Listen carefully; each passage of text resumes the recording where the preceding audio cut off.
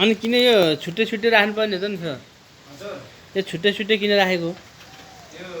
छुट्टै छुट्टै राख्नुपर्छ यसलाई यो उस्तो हुन्छ नि आम साँगुरो भयो भने राम्रो हुन्न नि यो माउहरू हो कि यो यिनीहरू माउ ब्याउने भइसक्यो अब है अब ब्याउने बेला हुँला हो भयो ब्याउने भयो भने कति दिनमा ब्याउने हुन्छ नि? यो 114 दिन छ 114 दिन भनेपछि यो दुईटा पनि ब्याउने छ यो ब्याउने तयारी अवस्थामा छ 114 भने 3 3.5 महिनामा ब्याउँदो रहेछ नि? त्यसपछि यो दुईटा तयारी छ के अरे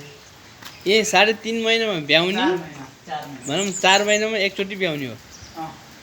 एकचोटि ब्याउने अनि त्यही हो 5 महिनामा एकचोटि ब्याइसक्छ। ले खानेकुरा दिए त हो नि है? यो फोहोर के यार हेर्नु न यहाँ बच्चा यस्तो एक तिनवटा मात्रै छ जम्मा 3टा मात्र पाएको? यो तिनवटा अरू मरेको पाएको अनि एउटा यस्तो चल्लोलाई के चल्लो भन्दा यहाँ हिजो ब्याएको ए अनि यो के एउटा चल्लोलाई कति दिनको दिन लाने हो? यो सर 25 दिनदेखि सुरु हुन्छ 30 दिनसम्मलाई दिइसके हुन्छ लानुपर्ने हुन्छ लानुपर्ने लाने एउटाले कतिवटा एउटा दुईटा तिनवटा चार पाँच छ सात आठवटा पारेछ है 19वटासम्म पाउँछ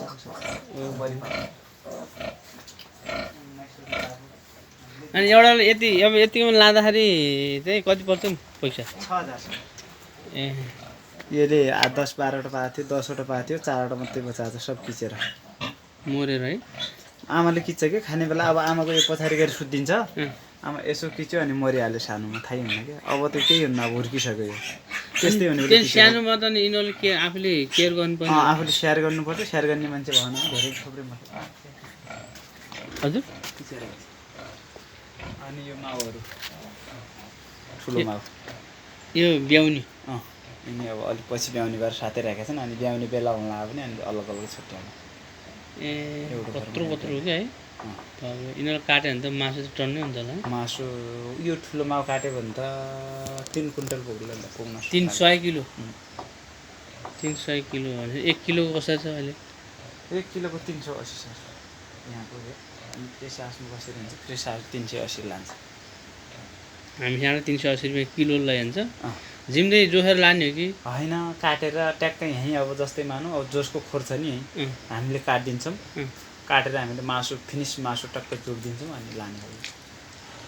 ए यो खुट्टा छुट्याएर फाल्नुपर्छ टाउको लाँदैन खुट्टा लाँदैन सबै पठाउनु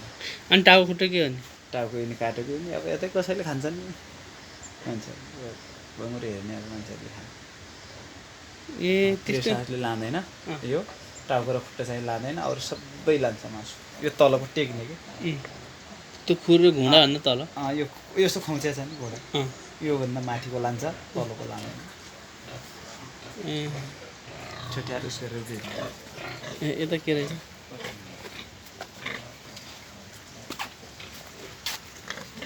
यिनीहरू छोरा मान्छे होला नि? छोरा मान्छे यो बाहिर आएको मात्रै एउटा यो बाहिर आएको एउटा त्यो बाहिर आएको छ नि त्यो मात्रै अनि यो सबै छोरी 3टा छोरी अनि जस्तो अब यिनीहरूलाई चाहिँ अब बच्चा पैदा गर्नको लागि त राँगो हुन्छ नि राँगो भन्नु पालेछ त यो यही हो यो अलि बेला भएको होइन पछि टाइम भयो कि टाइम भयो अनि योहरू माउ यिनीहरू ब्याउने म्याम होला होइन? ब्याउने बेला हुन आएको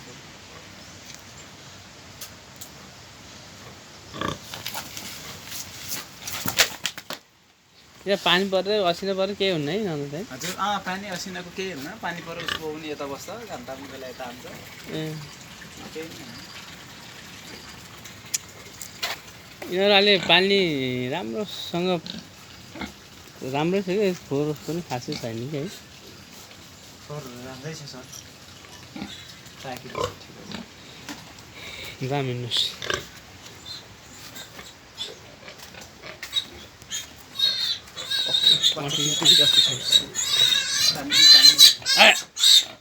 क्यारेमा लडेको हुन्छ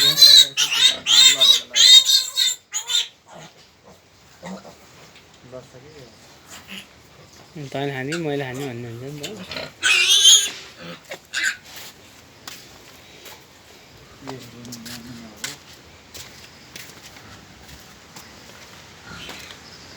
यो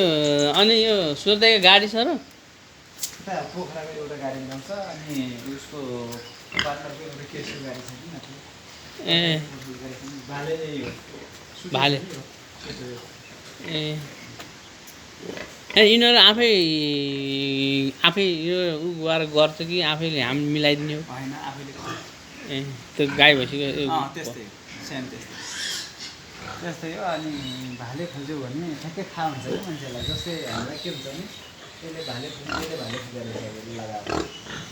यो एकदम ठुलो भएर आउँछ कि ए यसको सुसु अलिक ठुलो भएर आउँछ सुसु भएर यत्रो ठुलो भएर आउने अनि त्यसपछि तपाईँको सिगान हुन्छ नि लेख्दा ऊ त्यो यसले त्यस्तै बग्छ कि ए यिनीहरूको कति महिना हुन्छ यिनीहरू त पुसमा 1 वर्ष पुग्छ योहरू अलिक बढिया छैन कि धेरै भयो दानाको प्रब्लम नभएर एक होइन मतलब हो भने जन्मेको कति महिना बाली जान्छ भन्नु राम्रो भयो भने 7 देखि 9 महिनासम्म जान्छ पहिलो वर्ष अनि पछि त 5 महिनाको अन्तरमै बच्चा दिए 10 महिनामा 2 बेच आउँछ 2 वर्षमा 5 बेच आउँछ ए यो आमासँग मात्रै छुट्याएको 1 महिना भइसक्यो अझ सानो हुन्छ यो बच्चाहरू ए यहाँ यत्रोलाई किन्दा कति पर्छ होला यसलाई अहिले त त्यति नै हो नत्र पाठाको आमासँग मात्रै छुट्याएर लिने पनि 6000 छ त्यतै 6000 छ यिनीहरूलाई 6000 मा पाइन्छ योहरूलाई त 6000 दिँदैन यो त हुर्किसकेको छ दाना थुप्रै खानु यिनीहरू त 7500 8000 भन्छन् छानेर लगायो भने 8000 भन्छन् र गोलमा लियो भने 7500 7000 ले मिलाएर दिन सक्छ ए यस्ता पाठाहरू यो त हुर्किसक्यो अब मर्दैन कि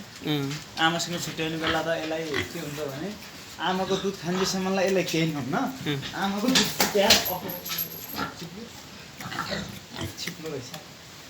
अर्को ठाउँमा लाँदाखेरि के हुन्छ भने एकदम चिसो लाउँछ क्या यसलाई चिसो लागेर एकदम मस्त चिसोमा त बच्यो भने बच्यो अब यसलाई केही नै हुन्न अब यो हुर्किसक्यो अब यस्तो पाठा किन्यो भने हुर्किसक्यो मर्दैन कि पनि मर्दैन यहाँ हेर्दाहरूको त हुन्छ